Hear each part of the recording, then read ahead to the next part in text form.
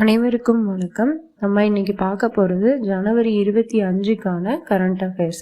First topic இந்தியாவின் முதல் ஆப்டிகஸ் பூங்கா எங்கே அமையவிருக்கு அப்படின்னா மகாராஷ்டிராவில் அமைய இருக்குது. இதுக்காக மகாராஷ்டிரா அரசும் பாரா டிஃபென்ஸ் அப்படின்ற நிறுவனமும் சேர்ந்து 12,000 கோடிக்கு ஒப்பந்தம் போட்டிருக்காங்க. ஆப்டிகஸ் அப்படின்றது என்ன அப்படின்னா இது வளர்ந்து வரும் ஒரு தொழில்நுட்பம். இது பாதுகாப்புத்துறை மற்றும் விண்வெளி வாகனங்கள் போன்ற துறைகளில் பயன்படுத்தப்படுது. ரெண்டாவது, ஜம்மு காஷ்மீரில் உள்ள சினார் மரங்களை பாதுகாக்கிறதுக்காக தொடங்கப்பட்ட ஒரு திட்டம் தான் டிஜிட்டல் மர ஆதார் திட்டம் அப்படின்றது. இந்த திட்டம் என்ன அப்படின்னா அங்கே சினார் மரங்கள் இப்போ அழிஞ்சுக்கிட்டே வர்றதுனால ஒவ்வொரு மரங்களிலும் கண்டுபிடிக்கப்பட்டு அதோட இருப்பிடம், ஆரோக்கியம், வளர்ச்சி குறித்த எல்லா டீட்டெயில்ஸையும் ஒரே QR கோடில் வச்சு அந்த மரத்தில் ஒரு டிஜிட்டல் போர்டாக வச்சுருப்பாங்க. நம்ம பார்த்தோம் அப்படின்னா அந்த QR கோடை ஸ்கேன் பண்ணும்போது அந்த மரத்தோட முழு வரலாறுமே நம்மளுக்கு தெரியும். இதுக்கு பேர் தான் டிஜிட்டல் மர ஆதார் திட்டம் அப்படின்றது. அடுத்த டாபிக் நியமனம். இஸ்ரேல் நாட்டிற்கான இந்திய தூதரா யார் நியமிச்சிருக்காங்க அப்படின்னா ஜிதேந்தர் பால் சிங் அப்படின்றவங்கள நியமிச்சிருக்காங்க. இவங்க 2002 இந்தியாவின் வெளியுறவு பணி அதிகாரியா நியமிக்கப்பட்டு பணியாற்றியிருக்காங்க. அடுத்த டாபிக் விளையாட்டு. மலேசியாவில் நடந்த ஜோகர் சர்வதேச ஓபன் செஸ் போட்டியில முதலிடம் தமிழ்நாட்டை சேர்ந்த பி இனியன் அப்படின்றவங்க இடம் பிடிச்சிருக்காங்க. ரெண்டாவது PS ராகுல் அப்படின்றவங்க இடம் பிடிச்சிருக்காங்க. இவர் இந்தியாவை சேர்ந்தவர். மூன்றாவது இடம் சீனாவை சேர்ந்த ஒரு நபர் இடம் பிடிச்சிருக்காங்க. அடுத்த டாபிக் குறியீடுகள்.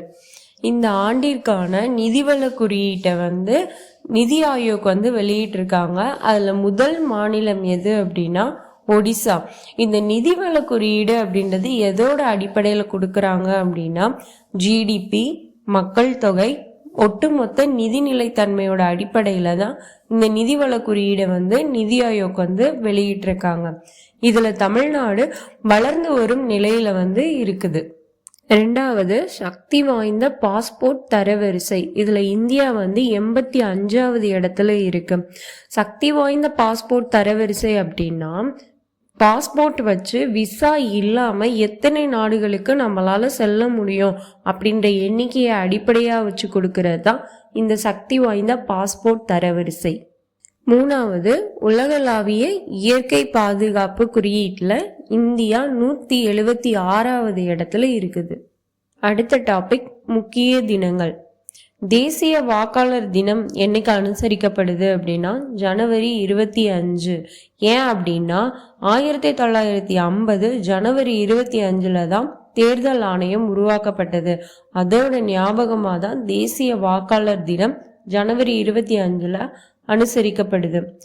இந்த தேசிய வாக்காளர் தினத்தோட கருப்பொருள் என்ன அப்படின்னா வாக்களிப்பது போல் எதுவும் இல்லை, நான் உறுதியாக வாக்களிக்கிறேன் அப்படின்றதுதான் இந்த தேசிய வாக்காளர் தினத்துக்கான கருப்பொருள்.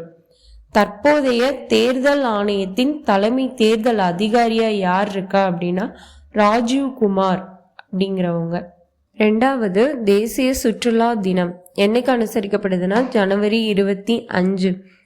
இந்த தேசிய சுற்றுலா தினத்திற்கான கருப்பொருள் உள்ளடக்கிய வளர்ச்சிக்கான சுற்றுலா. இந்த சுற்றுலாத்துறையானது வருஷத்துக்கு GDPல 4.6% ஆண்டு வருமானத்தை கொடுக்குது. இன்னைக்கு நம்ம பார்த்த ஜனவரி 25க்கான கரண்ட் அஃபேர் PDF டிஸ்கிரிப்ஷன் பாக்ஸ்ல இருக்கு, யூஸ் பண்ணிக்கோங்க.